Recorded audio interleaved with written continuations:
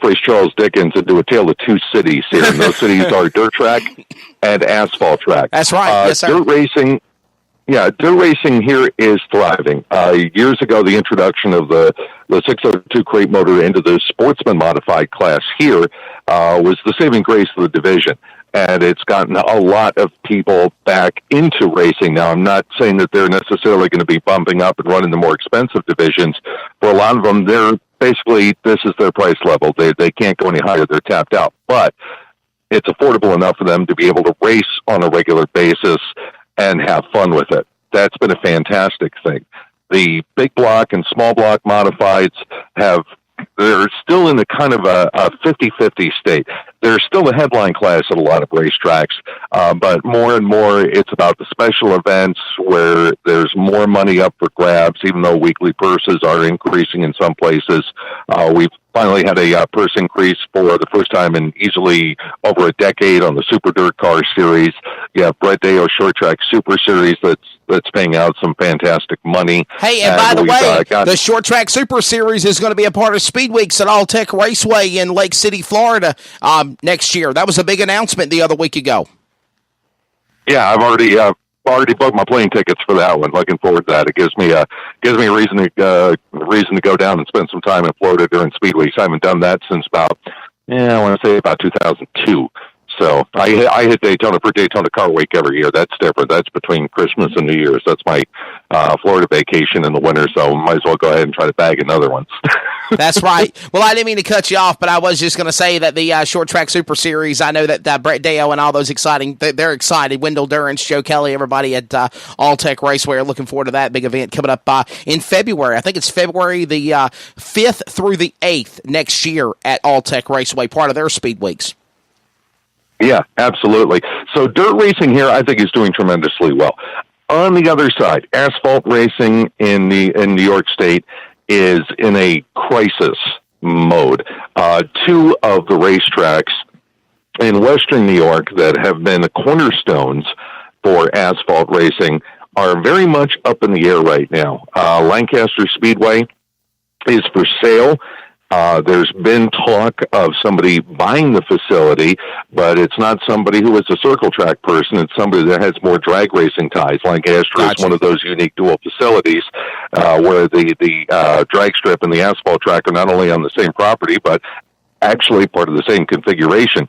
You have the Hillside Buffalo has also been, dribs and drabs of information, and there's a lot of question marks there. I don't want to get into the particulars of it because I'm not involved with the Speedway as I was last year, so I can't really speak to it. But what I can say is that people are wondering, okay, is it going to open? What's the structure going to be? What's the purse going to be? There's a lot of questions out there.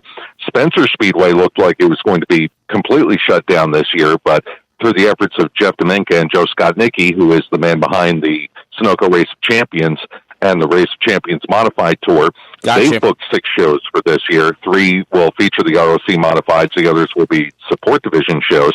And you have one thriving track in this whole quadrant of Western New York, and that's Wyoming County International Speedway, who've kind of been an island unto themselves. They're an American Racer tire track where pretty much everybody else is on Hoosier tires.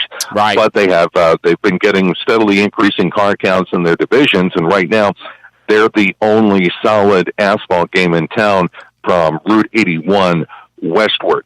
Now, obviously, Oswego, but that's a different animal because they're super modified racing. They're kind of a nation unto themselves there. And you do have a couple of asphalt tracks in northern New York that are in operation. And then you have one in the southeastern corner of the state, Bethel, right next to Woodstock. And they've just announced that they are joining the NASCAR Whelen Weekly Racing Series for 2019. So, absolutely. Yeah, it's kind of, from an asphalt standpoint, Wesley, it's a mixed bag. You have a couple of pockets where things are going well, but you have the majority of it, I say, is in crisis mode, just my opinion, where the cars, the fan support, is just not there. And I think a lot of that has to do with the uncertainty of what's going on, where are we going to be able to go with these cars, what are the rules going to be, and so on and so forth. Yeah, Paul, that's one thing we're going to talk about. Of course, we're going to have on the Cars Tour winners at Southern National over the weekend, Brandon Pierce and Bubba Pollard. And, props to the Cars Tour. Props to Jack McNeely and Chris Riggle and Tony Stevens and everybody with the Cars program. They brought in almost 30 late model stocks, 30 super late models almost. Phenomenal racing. Good car counts for racing in March.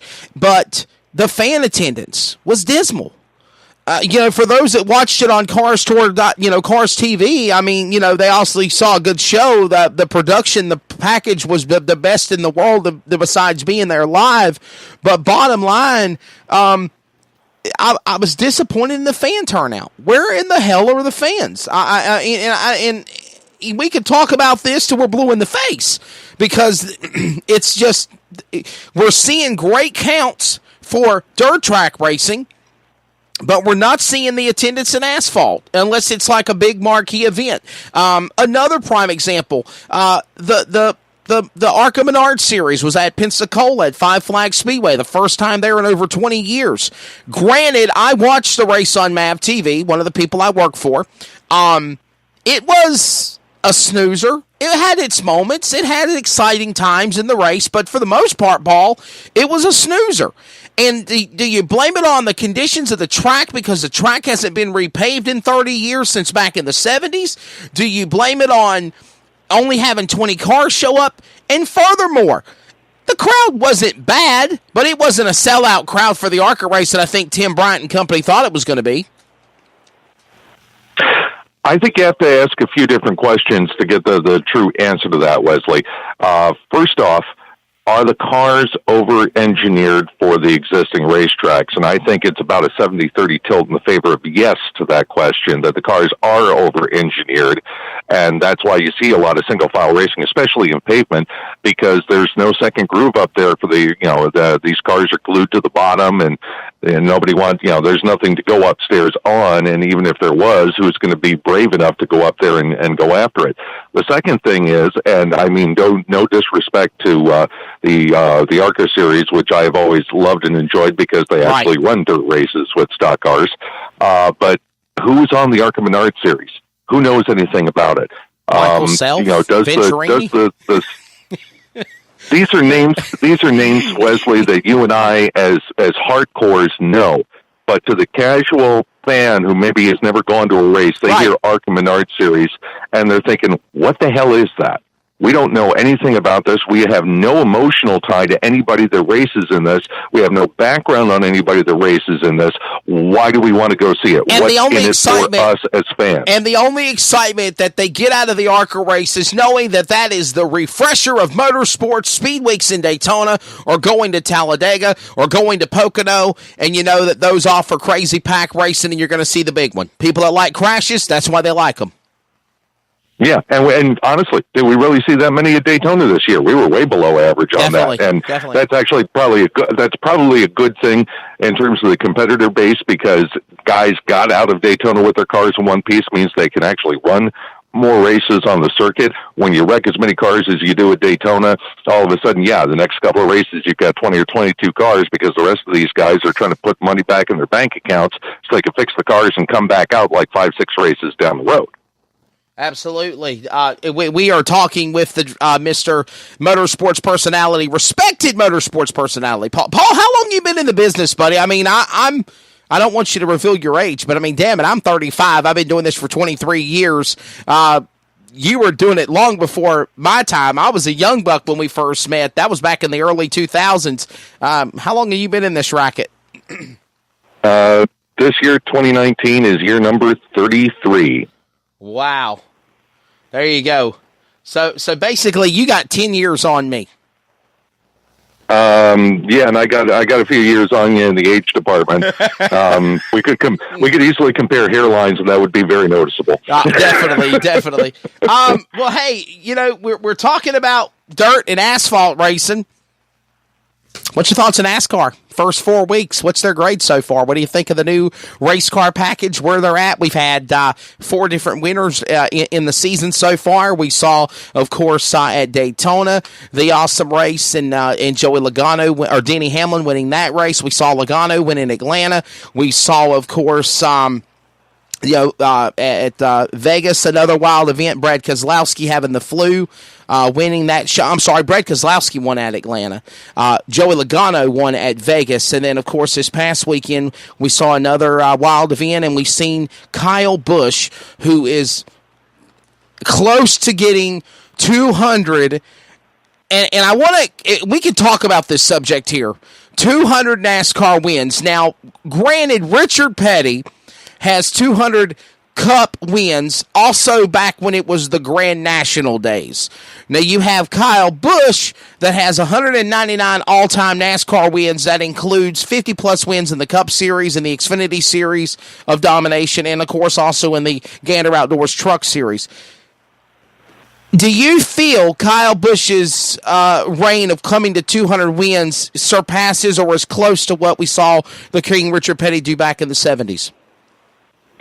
It's funny that you mentioned this, Wesley, because just yesterday I posted that as a question on my Facebook page of, okay, Petty, 200 Cup wins, dirt, pavement, road course. Kyle Busch, 199 wins across 3 different disciplines. Which one is greater?